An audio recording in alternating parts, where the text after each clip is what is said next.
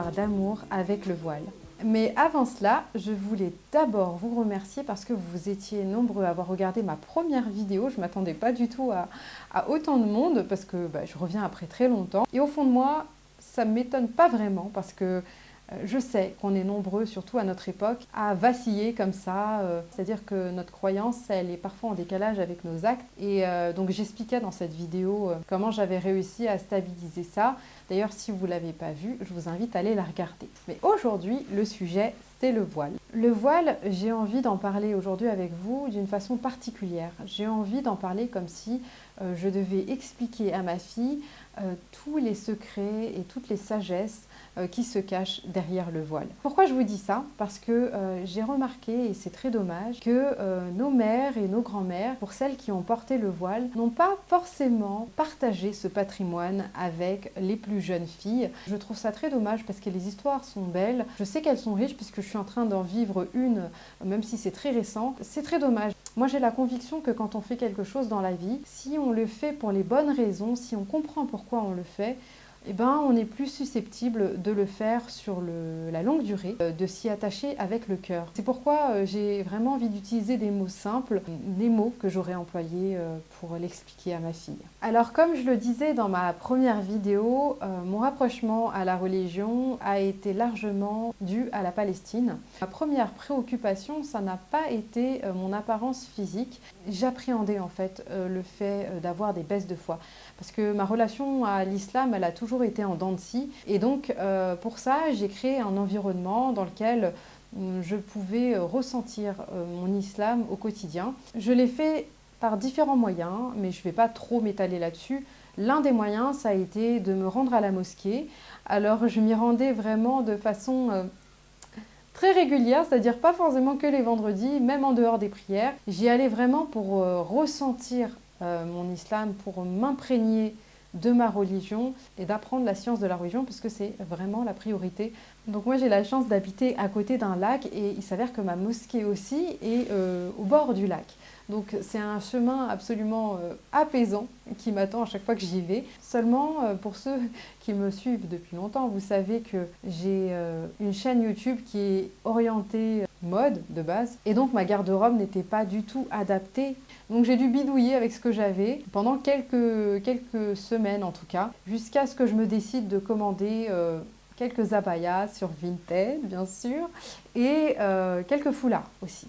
Bon, moi j'ai plutôt une silhouette plutôt très fine et donc j'appréhendais un peu la façon dont ça m'irait. Je pensais que potentiellement je ne me sentirais pas forcément très belle dedans. Je le faisais pour aller à la mosquée, j'avais de bonnes raisons de le faire, donc bon, j'appréhendais, mais en même temps c'était pas dans l'optique de le porter, donc voilà, sans plus. Et je partageais tous mes ressentis à chaud avec mes abonnés qui étaient restés, pour ceux qui étaient restés. Et donc le jour où j'ai enfilé cette première abaya, je me souviens qu'elle était noire, j'essaierai d'ailleurs de vous faire des inserts. Quand j'ai enfilé cette première abaya noire, j'étais vraiment choquée. C'est un autre type de beauté, mais je me suis sentie charismatique, élégante. J'avais le sentiment de forcer le respect en fait. Et vraiment, je me sentais vraiment embellie. Et ça, c'était juste la abaya. Et quand j'ai voulu enfiler un premier voile, donc je l'avais mis comme un châle, qui ne couvrait pas entièrement mes cheveux, mais en tout cas qui entourait mon visage, pareil, le même sentiment qui m'a envahi encore plus, où j'avais le sentiment que c'était magnifique en fait, que c'était un embellissement véritablement. Donc c'est mon ressenti sincère. Alors il y a certains qui vont penser que bon, je m'invente une vie parce que le voile est censé couvrir la beauté de la femme, mais vraiment, je tiens à le dire, c'est vraiment mon ressenti sincère parce que moi, j'ai un attrait tout particulier à l'esthétique. C'est quelque chose qui a une place énorme dans ma vie, c'est pour ça que je fais de la vidéo, c'est pour ça que j'aime les belles images, les beaux paysages, les beaux couchers de soleil, que je fais de la sculpture, c'est parce que j'aime l'esthétique, j'aime la beauté et je ne vous invente pas une vie quand je vous dis ça, c'est vraiment mon ressenti. Donc à partir de là, j'ai commencé à me rendre à la mosquée donc en portant le châle. Je portais le châle régulièrement, quasiment tout le temps maintenant. Je ne mettais pas le voile vraiment correctement. Arrivé à la mosquée, je le mettais correctement pour que ma prière soit validée. Et vient ce jour, vous savez quoi, je vais même pas vous dire ça comme ça, je vais plutôt récupérer la story de ce jour-là, si j'arrive à la retrouver, Parce qu'en fait, je le disais avec les mots justes à ce moment-là. Et je sais que je ne vais pas réussir à retrouver ces mots-là aujourd'hui. C'est bon, j'ai retrouvé. Alors, vient le jour où, en sortant de la mosquée, je trouvais ça stupide de retirer un voile bien porté pour mal le mettre. Alors, j'ai marché le long du lac, seule, avec ce sentiment indescriptible qui m'a envahi. Comme je le portais mal tout ce temps, je n'avais pas eu ce sentiment jusque-là. Là, c'était complètement différent. J'ai vraiment ressenti un apaisement et une sécurité m'envahir. Moi, je crois que nous, particulièrement les femmes, nous recherchons la sécurité, notamment auprès d'un homme. Alors, il faut savoir, pour ceux qui ne le savent pas, que je suis maman solo, donc j'ai pas de mari. Eh bien, j'avais le sentiment que Dieu m'offrait cette sécurité et qu'avec ou sans mari, je la ressentais enfin. Une protection complète. Alors, je vais m'arrêter là sur la partie protection complète parce qu'on pourrait croire que je vise par là les hommes malveillants vis-à-vis des femmes.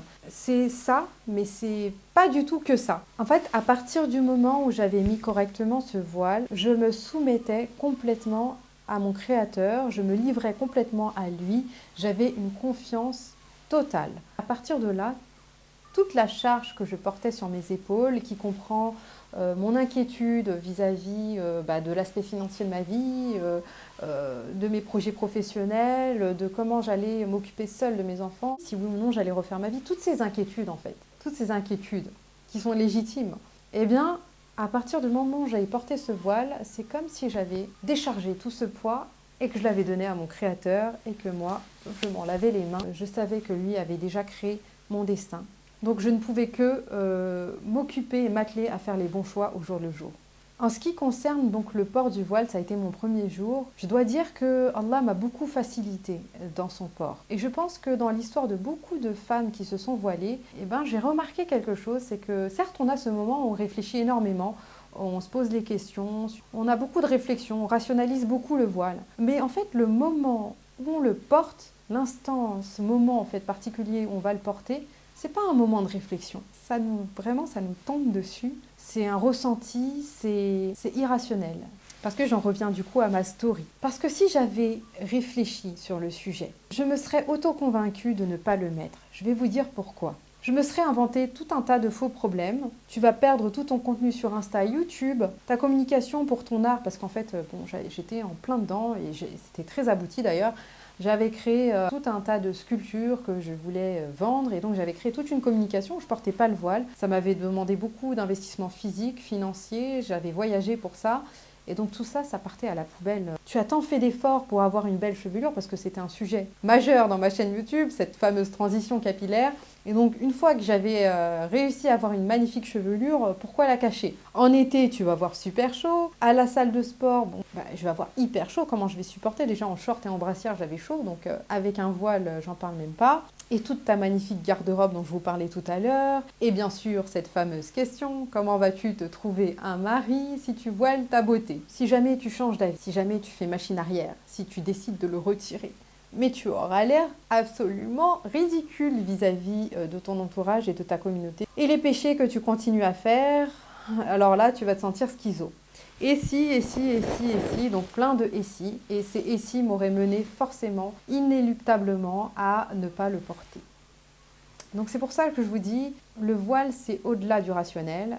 Quand vous le mettez, il y a quelque chose de divin, il y a quelque chose qui vous traverse. Quand vous le faites pour les bonnes raisons, c'est comme une lumière en fait. Ça vous vient, vous ne savez pas d'où et ça vous tombe dessus. Vous savez, mon divorce m'a appris une chose sur moi, c'est que j'avais cette force à l'intérieur de moi dont j'ignorais vraiment l'existence, cette force et cette endurance m'ont servi à prendre conscience que j'étais capable sportivement d'atteindre des objectifs et d'être véritablement une sportive, de devenir une sportive. Le sport, lui, m'a montré que j'étais capable d'être assidue et régulière. Et cette assiduité et cette régularité m'ont servi à prendre conscience que j'étais capable dans mon islam de l'être aussi, et donc par rapport aux 5 prières et le fait d'apprendre régulièrement, etc., d'être assidu. Donc vous voyez, en fait, tout ça c'est un cheminement en réalité. Il n'y a pas à en avoir honte en fait.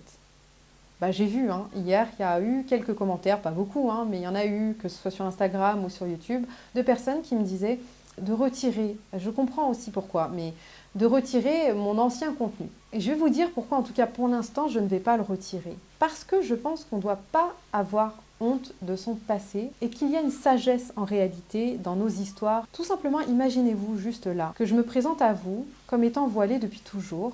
Je pense que vous ne seriez pas aussi impacté que si vous aviez en tête et en image tout ce parcours que j'ai fait.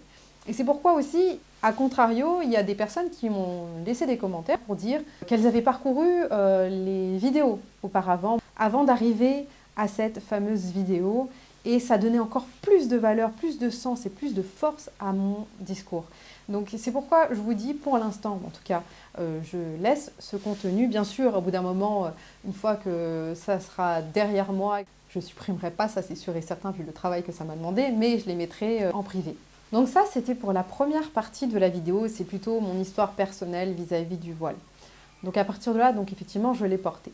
Maintenant, j'ai envie de faire un petit exercice avec vous. Commençons par se dire que pour certains, ça va être une réalité, tant mieux pour vous, je l'espère, que vous ayez une magnifique villa. Une magnifique villa avec du mobilier de luxe, de magnifiques tableaux, bref, rempli de choses de grande valeur. Vous décidez de sortir de chez vous. Est-ce qu'il vous viendrait à l'esprit de laisser la porte ouverte ou du moins de ne pas laisser de sécurité? Attendez une seconde, il y a une mouche à la maison. Je pense que la réponse serait non, pour la raison simple que vous avez une vision rationnelle et pragmatique du monde qui vous entoure et vous savez que pertinemment, même si la majorité des gens ne rentreraient pas par effraction chez vous, vous savez qu'il y a toujours cette infime partie de personnes malveillantes qui seraient susceptibles, elles, de le faire. Et vous savez aussi d'autant plus qu'il est inutile d'attendre que le monde devienne parfait, qu'on éduque les gens jusqu'au point où il n'y ait personne dans ce monde qui soit malveillant. Maintenant, je vais vous demander d'imaginer une religion qui donne plus de valeur à la femme qu'à cette vie-là. Imaginez un créateur pour qui rien n'échappe et qui connaît parfaitement sa création. Qui sait que l'homme a davantage la possibilité de se défendre que les femmes, que l'attraction des hommes est sensiblement différente de celle des femmes pour les hommes. Imaginez une religion qui, par son caractère parfait et réaliste, admet facilement qu'effectivement la majorité des hommes ne sont pas une menace pour les femmes, mais qu'il restera toujours cette infime minorité. Imaginez maintenant un créateur qui, dans son immense bonté, décide de pallier à ce désavantage de l'homme sur la femme en faisant descendre un voile comme un bouclier pour les femmes du monde. Et qu'il ajoute à cela tout un tas de conseils et de précautions à prendre pour la femme pour se protéger. Un exemple serait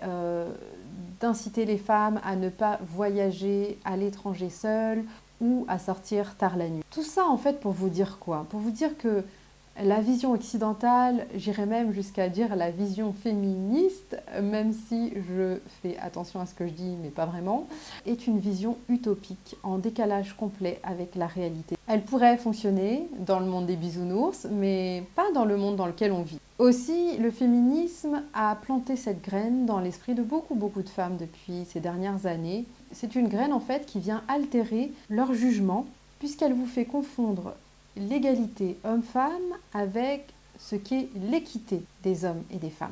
Ils ont été créés de façon complémentaire, ils sont complètement différents sur beaucoup d'aspects. Il est impossible de les placer sur un même seuil d'égalité. Donc la mission de s'approcher d'une égalité est totalement absurde en réalité. Alors je m'y attends, bien sûr, maintenant que je fais partie de ces femmes voilées, à cette image qu'on a voulu coller, cette étiquette de femmes oppressées, de femmes soumises. Sauf que si on leur demande quelle est leur définition de l'oppression, la réponse serait certainement le fait de limiter une personne à faire ce qu'elle veut ou non. Alors cette définition, elle est exacte, mais elle est incomplète. Il manque la notion d'injustice. Parce qu'en réalité, être oppressé, c'est d'empêcher une personne de faire ce qu'elle veut ou non de façon injuste. Et c'est là où je n'ai pas du tout le sentiment que ma religion est une religion qui opprime la femme, puisque nous, on y trouve une justesse, une justice une raison plus que valable de porter notre voile. Et il ne faut quand même pas oublier une chose, c'est que le voile ne représente pas ce que vous pensez de lui, il représente uniquement ce que la personne qui le porte pense qu'il représente. Il faut arrêter de parler au nom des femmes voilées. Chacune d'ailleurs d'entre nous a une raison sensiblement différente de le porter et elle nous appartient. On ne demande à personne de la définir. Le voile, nous le mettons par soumission à Dieu parce que Dieu nous l'a ordonné. En aucun cas nous croyons que Dieu a besoin que nous le mettions. Il n'a pas besoin de ses créatures, bien sûr. Nous le mettons parce que nous savons que notre Créateur sait ce qu'il y a de mieux pour nous. Et c'est pourquoi on le met. Et d'ailleurs, donc j'en reviens à mon histoire pour terminer, pour conclure. C'est que depuis que je porte le voile, ma vie a complètement changé sur beaucoup d'aspects. Il y a énormément de choses qui se sont ouvertes. Je ne vais pas en parler dans cette vidéo, sinon elle va être trop longue, mais ce sera l'objet d'autres vidéos. Vous allez voir combien les portes se sont ouvertes en l'espace de quelques mois. Bien sûr, c'est un ensemble, c'est pas juste le voile, c'est aussi la pratique, l'apprentissage de la religion, la prière, etc.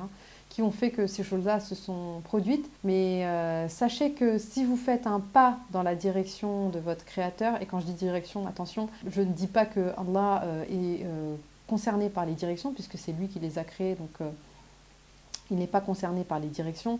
Je veux dire de s'approcher de sa religion, de sa foi, par là, bien sûr. Et donc vous allez voir que si vous faites juste un pas dans cette direction, la vitesse à laquelle les bénédictions vont vous tomber dessus, c'est juste impressionnant. Juste attelez-vous à ce que ça soit sincère. Attelez-vous vraiment que ça soit sincère, même si c'est un tout petit pas. Soyez sincère et vous allez voir que le deuxième arrivera rapidement et ainsi de suite, jusqu'à ce que vraiment les choses s'ouvrent. Aussi, je tiens à dire une chose. Le voile, moi je me suis faite cette réflexion, c'est que effectivement l'islam ne se résume pas à un voile, certainement. Mais quand vous le portez, vous avez vraiment ce sentiment que le voile représente tout l'islam. Donc je parle à toutes ces femmes qui sont dans le doute de le porter, qui veulent peut-être l'enlever. Souvent, les raisons qui reviennent, c'est est-ce que je vais trouver un mari? Est-ce que je vais réussir à trouver un travail, avoir un diplôme? Toutes ces fausses questions. Je vais vous expliquer pourquoi c'est des fausses questions. Parce qu'en réalité, quand vous êtes croyant, vous êtes musulman, vous savez que celui qui vous donne un mari, celui qui vous donne un diplôme, celui qui vous donne un travail, c'est Allah et nul autre que lui. Et qu'en réalité, si vous faites les choses bien, ces choses-là que vous allez avoir, vous allez peut-être les avoir sans respecter votre religion, mais attendez-vous en fait à ce qu'elles soient pas forcément positives. D'apparence, vous allez être content, il se pourrait bien que ces choses-là se retournent contre vous. C'est mon conseil à 34 ans, c'est obtenez des choses, certes, mais faites les choses bien et vous allez voir que ces choses-là seront vraiment bénéfiques. Elles vous apporteront à coup sûr une paix et un bien-être sur le long terme. Donc voilà, c'est la fin de cette vidéo. Bon, je vais parler un peu longtemps. J'espère qu'elle vous servira. Voilà, j'arrive très facilement à me mettre à la place de toutes ces femmes qui n'arrivent pas à le porter, qui hésitent, etc. Parce que j'ai été à cette place il y a quelques temps. Donc moi, ça me ferait énormément plaisir de pouvoir discuter avec vous dans la barre de commentaires. Donc n'hésitez pas. Et on se retrouve la semaine prochaine pour une nouvelle vidéo. Bisous! بالي كنقول لا دوز ليا ما تولي ليا باقي كندور بالي كنقول لا دوز